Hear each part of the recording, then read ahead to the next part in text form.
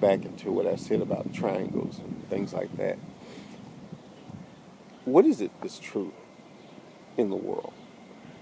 What's real? There are lots of things that are real in the mind, but they're not real in the physical world. Geometric figures are real in the mind. Mathematical things are real in the mind. We talk about logic. It's real in the mind. But it's not real in the physical world. David Hume talked about what's real, what's reality. Well, he didn't say so much what is reality, but what is our knowledge of reality? See, there's two things. There's reality and then there's our knowledge of it. What can we know? What are the limits of our knowledge? What can we know about the world? He wasn't talking about the world. He wasn't talking about reality, but about our knowledge of it. There's a limit. And I think that's a fact. There's a limit to how much we can know. There's a limit to how much we can actually know about reality. In other words, there's more reality than we can know about. And you can't even know that because there's a limit. We just assume that. It's an assumption. It's a pretty reasonable assumption. There's some things I used to think about, too. I used to say, well, I felt like David Hume didn't go far enough. I said, you could be skeptical about your own existence. You could question whether or not you actually exist. Do you exist? Do I exist? Prove it. Prove my own existence. Well, in truth, if you thought about it logically, you can't really logically prove that you exist. I mean, you could say something like, I exist, you can see I exist, it's clear. But none of that logically proves anything. And it's kind of absurd in a sense because you just assume it.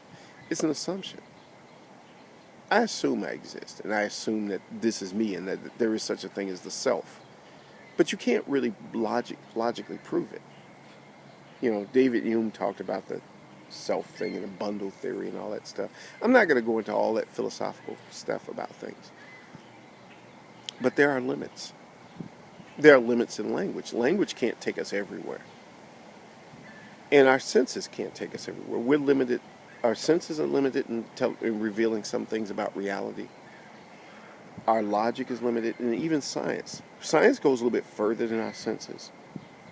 We can go further, but we still can't get totally into all of what is reality. And we never can. And in truth, we really don't have to. It's not even practical. It's not even necessary. You don't really need to do that. We don't need to go into all that. So, people can talk about what's real. We can get into the question, but William James brings up some really interesting points as far as I'm concerned, and that is the thing about reality and our awareness of it, our perception of it. Because that's the thing. Things in our minds, for example, like, let's say, geometric figures. Well, we can ask the question, is that real? Usually when we mean something's real, we mean things in the physical world. Let's say, for example, if you knew somebody who was hallucinating, there were spiders crawling all over him, and he's brushing them off. And I've seen that actually, literally, someone who's hallucinating. You say those spiders aren't real.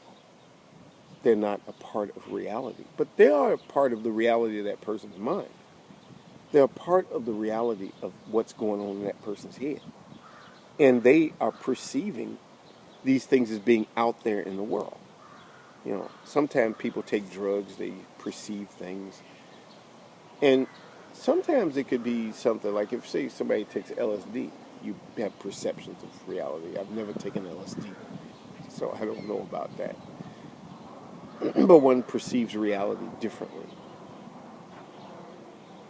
But the thing is, reality, at least in principle, doesn't change, no matter how you perceive it. You may perceive it one way, under one set of conditions, and you may perceive it another way under another set of conditions. But reality itself never changes, even if physical forms change. The Earth doesn't look the same way today it did, let's say, 30 million years ago. But reality has not changed. Forms change, reality does not. And reality is not the forms of things. And it's not our perception of things. So the two things we know about reality, at least we could say this much. We know it's not the form of things. And we know it's not our perception of things. And so in a certain way, you can't really study reality scientifically. Reality itself is not scientific.